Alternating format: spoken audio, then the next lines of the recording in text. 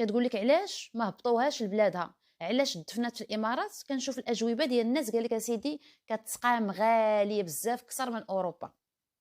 شحال هادي اخواني اخواتي، هذه هي المعلومه اللي خاصكم تعرفوها، لان معلومه من ذهب، وبارطاجوها مع الناس. حيت الا كنتي انت كتعيشي في المغرب ما محتاجاش لهاد المعلومه، راه كاينين شي حد من العائله ديالك. كنعرفوا حنا في العائلات المغربيه ضروري في كل عائله كتلقاو شي حد يعني او وحده يعني مغترب او مغتربه. فاخواني واخواتي، شحال هادي الناس يعني في اوروبا كيف كتعرفوا كيجمعوا الفلوس، كيجمعوا في الجامع، كيجمعوا الا مات شي حد شي مغربي باش يعني كيحاولوا انهم يجمعوا ليه الفلوس ويصيفطوه في الصندوق ويدفنوه في بلادو. دابا كاينه اخواني اخواتي واحد الحاجه اللي غافلين عليها بزاف ديال الناس، وانا بغيت نبارطاجيها معكم كصدقه جاريه للفائده، يعني اللي تعم الفائده على الناس كاملين. راه البنك الشعبي اخواني اخواتي، وكنتمنى ان الجاليه المغربيه كلها تسمع هذا الفيديو هذا وبارطاجيوه مع الناس، حتى مع القنوات اللي كيكرهونا حتى هما اللي من الجاليه المغربيه، ماشي مشكل، بارطاجيو معاهم هذه المعلومه هذه باش يديروها. حنا كنبقاو مغاربه وكنبقاو اخوه، وكنتمنى ان جميع المغاربه انهم يدفنوا في بلادهم. فالبنك الشعبي اخواني اخواتي داير واحد لاسيغونس، وهاد القضيه راه ما عارفيناش بزاف، عارفينها شي ناس وبزاف الناس ما عارفينهاش، وتا هاد الناس هادو يعني الزوج ديال شيماء ما عارفهاش، حيت كون كان عارفها كون داروها. هاد لاسيغونس اخوتي وماشي يديروها غير الكبار، راه هما صغارين، هاي الدريه عندها 20 عام ولا مع 19 عام، يعني كل شيء ديرها، لان الموت راه ما كتختار لا صغير ولا كبير، راه ماشي الكبار اللي كيموتوا، راه بعض المرات الصغار كيسبقوا الكبار. فدائما الانسان يخلي الموت بين عينيه اخواني اخواتي. لاسيغونس دايرها البنك الشعبي، كتخلصوا 50 اورو في العام، تخيلوا 50 اورو في العام، والو 500 درهم في العام كتخلصوها.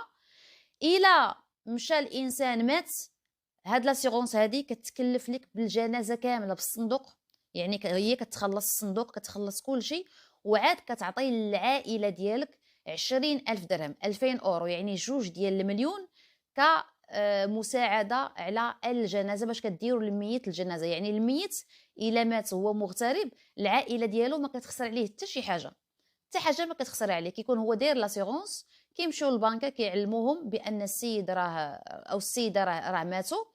ديك الساعات هما كيتكفلوا بمراسيم يعني الجنازه، كيديروا يعني الصندوق كيصيفطوه للعائله ديالو، عند وعد شي حد من العائله ديالو او الاصدقاء عنده حق، يعني هذا الميت هذا عنده حق ان كيكون واحد البي خالص، خوه ولا بنت خالته ولا شي وحده من الاصدقاء ديالها بغات تطوع وتمشي مع الصندوق في الطياره، كيكون البي اخواني اخواتي خالص. عاد العائله ديال المرحوم او المرحومه كيعطيوهم جوج ديال المليون باش كيديروا لهذاك الميت الجنازه اخواني اخواتي. هاد المعلومه راه عارفينها بزاف ديال الناس من الجاليه، وبزاف ديال الناس ما عارفينهاش اخواني اخواتي. فلهذا انا ما قريت التعاليق بان الناس ما قدروش انهم يدفنوها في المغرب لان كيتقام غالي، قلت ما يمكنش، خاصني ضروري هاد المعلومه عارفاها، لان هذا هو الدور ديالنا حنايا كاصحاب قنوات، باش يعني نفيدوكم. الا عندنا شي معلومه ما ندخلوش عليكم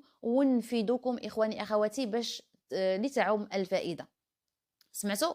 هاد الاجراءات اجراءات ضروريه ما كتقام بوالو. اشنو هي 500 درهم في العام؟ كتمشي البنك الشعبي دايرها، البنك الشعبي اللي داير هاد القضيه هادي، كتمشيو كتصوبوا المسائل ديالكم. الناس اللي كيسمعوني من الجاليه الا هبطوا المغرب ضروري انكم ديروا هذا الاجراء هذا، والله يطول لكم في العمر كاملين.